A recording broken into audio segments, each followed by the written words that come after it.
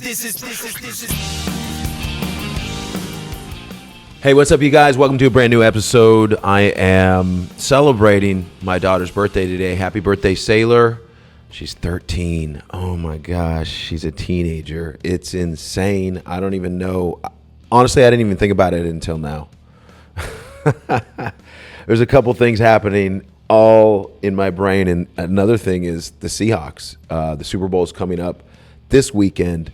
I'm recording it right before, so I don't know what happens. And by the time this comes out, February 9th, my daughter's birthday, it's the day after the Super Bowl. Super Bowl is happening February 8th, okay? It happened. It's done. I want to say congratulations to the Seahawks, but I never make predictions when it comes to my own team because I feel like it jinxes it. So, not going to do that. I'm just gonna gloss over that part of reality right now and go back to happy birthday, Sailor. Love you. You make me proud every day. So, hey, keep doing what you're doing.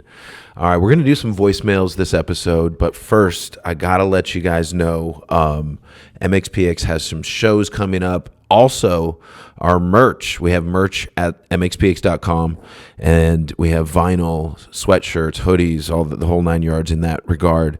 We've got bikinis, board shorts for the fellas. I know it's still wintertime now, but summer is coming. It's happening soon. We have all that. We have all the music and the T-shirts and CDs and stuff like that. So we just announced MxPx is coming to Italy. It's the only show we're going to do in Europe this trip, and that's Saturday, September 5th for the Punkadeka Festival. Really excited about that. But coming up soon, Thursday, March 26th, 9:30 Club, Washington, D.C., MxPx in the Ataris. That's a Thursday. Like I said, it's going to be wild out there on the East Coast. I can't wait to start those shows. MxPx in the Ataris. Also Friday, March 27th, the NorVa, Norfolk, Virginia. Come on down. Saturday, March 28th, the Fillmore, Charlotte, North Carolina. That's going to be good. Charlotte, for some reason, plane tickets in Charlotte just kind of spiked overnight. I don't know what happened. All right, finally, Sunday, March 29th, Charleston Music Hall, Charleston, South Carolina. That is going to be a great way to cap off that week and weekend. Come see us on a Sunday night. Charleston, we've only played there once before that I can remember. So this is the second time in over 30 years. Forget about it. I'll see you there. All right. Saturday, April 11th, coming up in Denver, Colorado. Hey, baby. Denver, Colorado, if you're not watching the YouTube, my dogs are chilling with me. This is Ruby. This is Charlie. So Denver, Colorado, we got a monster show Saturday, April 11th at Mission Ballroom. MxPx, Goldfinger, Zebrahead, and Homegrown. All right? All of those bands are stellar. I'm not going to lie. I'm a little biased. But, hey, it's going to be a great show. You don't want to miss that at all. It's going to be amazing. All right, that's it for now for MxPx. Goldfinger's got a whole nother schedule. You're going to have to go to Goldfinger and find out those dates because I do not know them. But I appreciate you guys all that come out and support us live, face-to-face, and in person. Not face-to-face the band, but when you come out in person to see us, it is amazing. All right, you guys. If you haven't already done so, subscribe to my YouTube. It's Mike Herrera Video, and I put out all these on YouTube as well, although most of the audience just listens to the audio. So, hello, audio. I'm waving at you. You don't see me. All right, let's get to it. Let's get to this episode and get to these voicemails. We got... The dogs are snoring. What do we got going on? How's your day going, Rubes? She says no comment. She's like so annoyed with me. All right, let's get to it. Let's get to the first voicemail. Hey, Mike. It's Addison. Calling in from San Diego, California. I just had a few questions and wanted to see if you could give me any stories from a few bands that I like. Like if you have any cool stories from like bands like Slick Shoes, Rufio, just any of those bands in like the Southern California area that are like smaller, like stuff like those bands, as well as like Dogwood, if you know them. Just any cool stories from bands in the area, even bigger bands like Newfound Glory and The Offspring. Just any cool stories. I like to hear some of those. All right, before I forget, I don't know if let me think. Cool stories, man. You know, Josh from Dogwood, good friend of mine still. He's a character. He really is a character. He always comes out to our shows even now, and we hang out. So I consider him like a pretty cool friend, even though we don't really like talk to each other on the daily or anything like that. Nothing like that. Let's see, Newfound Glory. You know, early days they would come out when they opened for us, or when they did a couple shows for us in Florida when they just were starting. They were a local band, and I have some video of all them hanging out with us at Janus Landing in St. Pete, Florida, and they're just like, we're just asking questions, asking us about this and that, and it was just such a real moment. Like these kids, you know, we didn't know either. You know, we were kids ourselves. You know, it's pretty obvious, but we had a little bit more stature because we were out there already killing it. You know, so it was really cool to get Newfound Glory's demo in Palm Beach, Florida. We were at a bar sitting next to Lemmy, literally, and later that night, Newfound Glory gave us their demo, and so our manager at the time, it might be partly responsible, not fully. They probably would have made it, but he called them up and he put them on our Florida shows, and that really kickstarted them in that scene, you know, in the punk scene and getting going. So that was a cool thing. Rufio, we brought them out on tour. I can't remember the years, but it was one of our South American tours, and they don't tour a lot anymore. And this was a while ago anyway, but they were great, man. Awesome guys, great band, great songs. They really have a great following down south, and so it was cool to hang with them. Same with Slick Shoes. You know, we brought them on tour so many times, and the most recent was not a tour; it was a festival, Punk Rock Christmas in Phoenix, Arizona.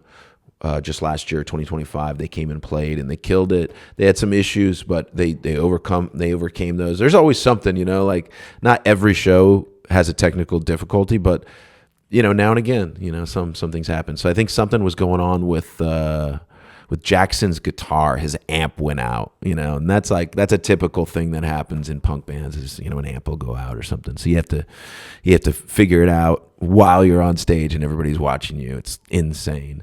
So that happened recently. But man, thank you guys. If any of the Slick Shoes guys hear this, we love you guys. Always great to play with you. Always great to see you. You guys got a good vibe, good family going. So all right.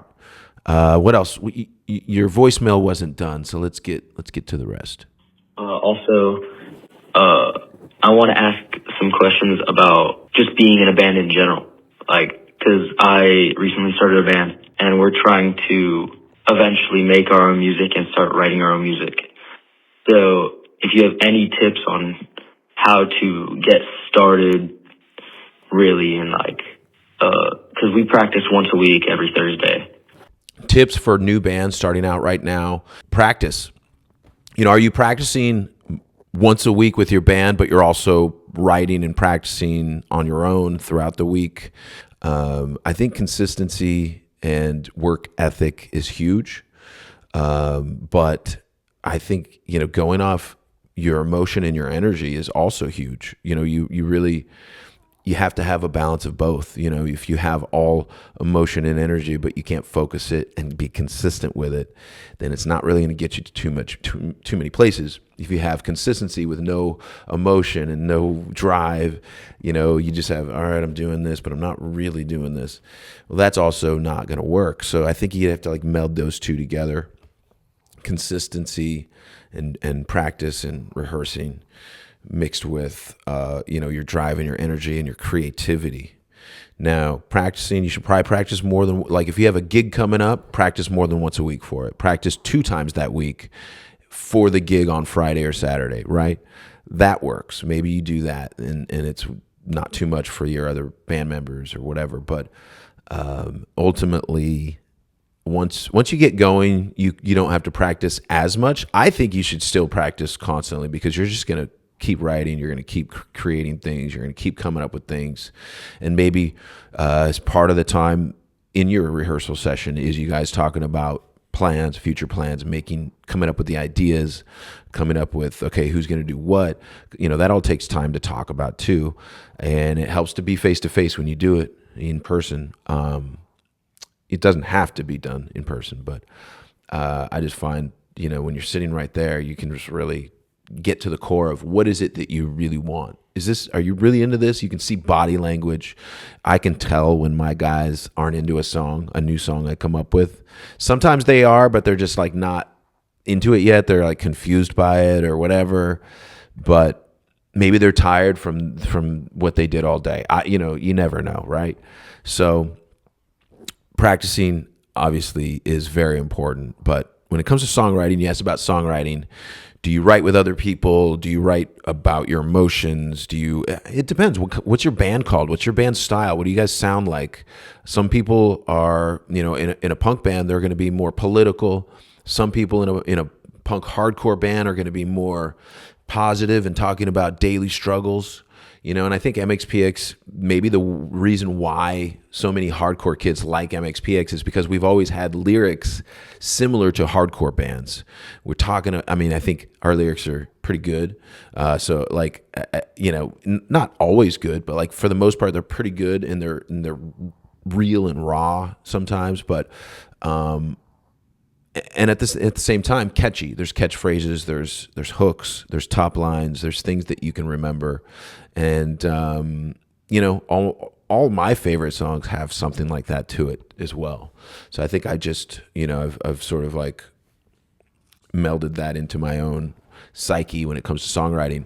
So yeah, what is it that you sound like and want to do? What do you want to talk about? And that will inform what type of lyrics you should write.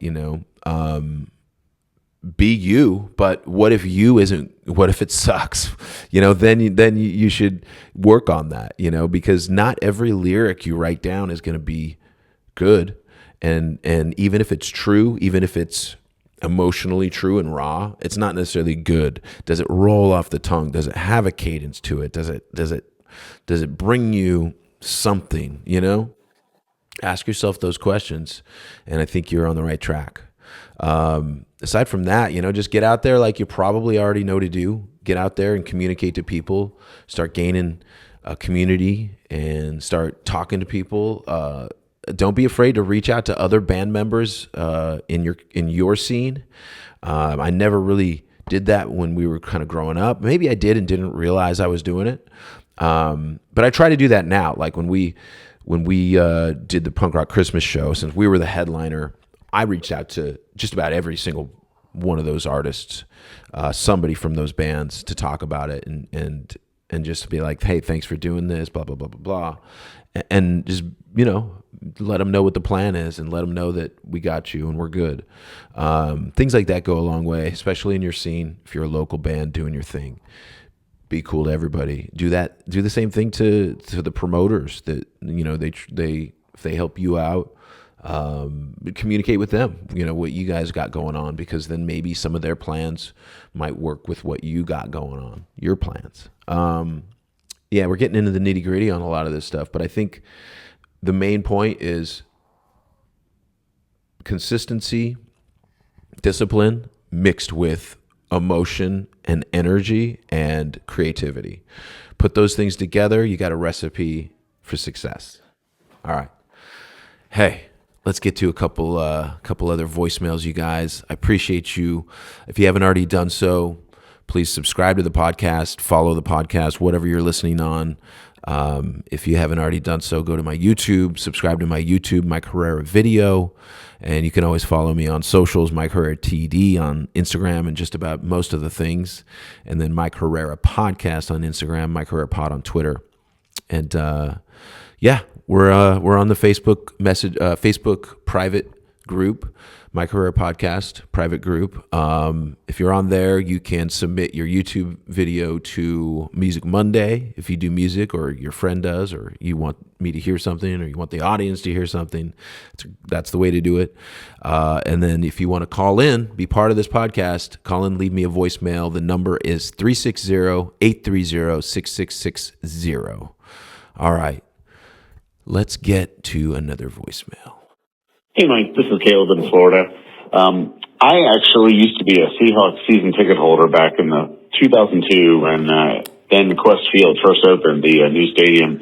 I was a kid out of college then, didn't have a lot of money, but we got really cheap first-year tickets, and I'm an idiot for not renewing those and keeping those over the years, even after I moved away from Seattle and to Florida eventually. Could have made a lot of money on those. Plus, I could have gone to the Super Bowl when they played the Steelers a couple years later. So I'm really still rooting for the Seahawks. They've got a soft spot in my heart for being there at the first year of the new stadium. My lifelong team is the Buffalo Bills, and it's just been a very painful existence for us. I'm hoping we can actually get it done this year with Josh Allen, but we'll see. The roster's kind of weird, but here we are with a chance. So go Hawks, go Bills. Talk to you later. Dude, sorry to hear about the Bills. Yeah, that was rough. You guys have had it rough. It's like you're such a good team, but there's just always something that happens that you just can't get that win. And I feel for you, because the Seahawks we've had it rough. We were pretty good, but just not good. It was just like really hard to watch some of the games.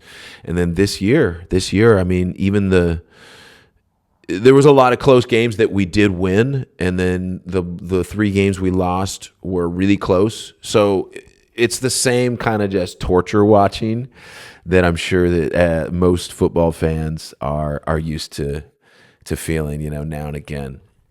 Unless, of course, you only watch the Chiefs for a couple years. I mean, even the Chiefs, when they were winning, they were kind of torturously coming back and just barely winning on some of those games. So yeah, I think no matter what, if you're an NFL football fan, it's just the way it is. And especially this year alone, there were so many close games, so many more close games that came down to fourth quarter, came down to the last 2 minutes, came down to a field goal, came down to stopping a first down, on fourth, whatever, 4th and inches, and they stop it and win the game. So like, there's been so many games that have ended like that. I think it's similar to the NBA style of play changing over the years, and now it's more based on 3-pointers. You can really come back from a 20-point deficit pretty quick if you get like 3 or 4 3-pointers in a row. Then you're like right there. You're right close to being back. So I think that same thing has sort of happened with football, especially NFL, but even college. There's been all of these nail-biting end-of-game comebacks, and it is wild to watch. And the Seahawks have been part of that. Bills have been part of that. Just about everybody. Let's, like I said at the beginning, I don't even know what happens. Like, you didn't know the Bills were going to lose because you left this voicemail right before that. And then, boom, devastation. Sorry, Buffalo fans. I'm sorry that happened, but somebody's got to lose, right? All right, let's get to another voicemail. What up, Mike? This is Joe from St. Pete. Just saw a clip about football season and looking forward to watching the Seahawks win this weekend, hopefully. I know my favorite team is the Bucs. Obviously, we had a disappointing season, and we're all hoping that we get a new head coach. But I think we'll do better next season. Obviously, we had a lot of injuries, and, we played through a lot of adversity, but we did all right. As far as your Mariners, you got one of my favorite players, Randy Arozarena from the Rays here in Tampa Bay. So that was disappointing. But if you ever get to go to a Mariners game, I don't know if you guys have a Randyland. We had in left field a Randyland section. Just what up, Mike? This is Joe from St. Pete. I don't know what I did. Sorry about that. I'm looking forward to that show. My stepdad and his, I know there are a lot of good teams out there, but I think you guys have a solid shot at the Super Bowl. Obviously my stepdad and his family are from Pittsburgh, so they're out, hoping they get a good coach too. I know that Mike Tomlin just stepped down, but anyways, enough about sports. Hope you guys are doing well, and as I said in my last voicemail, I'll see you guys with Goldfinger in February, and I'm looking forward to that show. My first time seeing Goldfinger play after all the years of listening to them, so I'm looking forward to seeing them live and enjoying a good show at Janice. All right, I'll talk to you soon, and have a good one. Thanks, Joe. Hey, man, I mean, where do I even start? I'll see you very soon with Goldfinger in Florida. It's a Thursday, Friday, Saturday show run, 3 shows. I think it starts in Palm Beach, Florida, goes up to Jacksonville, Florida, and then to St. Pete on a Saturday night. Going to be great. I was just talking about St. Pete. It's funny because the Bucs are one of our 3 losses for the Seahawks this year. We lost to them because our fans were heckling Baker Mayfield, and they're just like, you can't win, blah, blah, blah. And then he's like, I'll show you. And he goes and balls out. And yeah, we weren't prepared for it. We lost that game. That was a home game at Lumen Field in Seattle. So yeah, man. Wild. Pittsburgh. Pittsburgh doesn't hold a dark place in my heart like it did 10 years ago, 20 years ago, because 10 years ago. But that early Super Bowl, we were in against Pitt. So Seahawks, Pittsburgh, we lost. Bad officiating, but we just weren't quite developed enough to win that game. I guess. I guess we didn't do it, but. We were in, I think, England or we were in Europe and England for that tour during that run of playoffs into the Super Bowl. So we're like playing shows constantly, and then boom, there's a weekend playoff run, and we go late at night to a bar, like an American bar, and watch the games. And it's like literally like 3-4 o'clock in the morning, and we're just like, all right, yeah, this is great. Yeah, that was fun. But that was our first Super Bowl run with the Seahawks that. In the history, and it was amazing. But here we are, 2025 season, but we're in 2026, and what's done is done by the time you're hearing this. It feels weird to even say that. All right, let's do one more. And I can't promise you that next week we won't have more football voicemails, because if you call in and want to talk about it, I got to play it. So I'll check for those. Like I said, the number is, if you're out of the country, dial a 1, but area code 360-830-6660. All right, here is the last voicemail. Hey, what's going on? I talk a little bit about the Buccaneers situation going forward next year and beyond. Obviously, disappointing end. Pretty crap way to get eliminated from the playoffs, but been hearing all year, especially in the last half when Mike Evans and Godwin came back. So many mouths to feed, right? Like, got to be pretty overwhelming for the play callers, and it showed because holy, at least there's going to be a new play caller next year, and hopefully we can figure that out. But you got Mike Evans, Chris Godwin, Puka, Tez Johnson, Sterling Shepard, Jalen McMillan, Bucky Irving, Sean Tucker, Rashad White. Like, these are all very solid and proven to be good offensive skill players. And there's just too many. Rashad White's already leaving. I pretty much said that. You still got all these guys. Like, what are your thoughts on where they should move forward? Should they be, there's obviously a clock on Mike Evans and Chris Godwin, right? So do you think they wait that out, or do you think they, kind of go for it in these next recent years, trade some of that young talent, get some solid players on defense? Haven't really had much other than Vita Vea of a defensive line presence. Get someone on the edge, maybe a linebacker or two. I think it was last half of the season, bottom 4 or 5 in the league in every defensive category. So something's got to change. Players aren't making the plays they need to make. Simple as that. Blown coverages, explosive plays.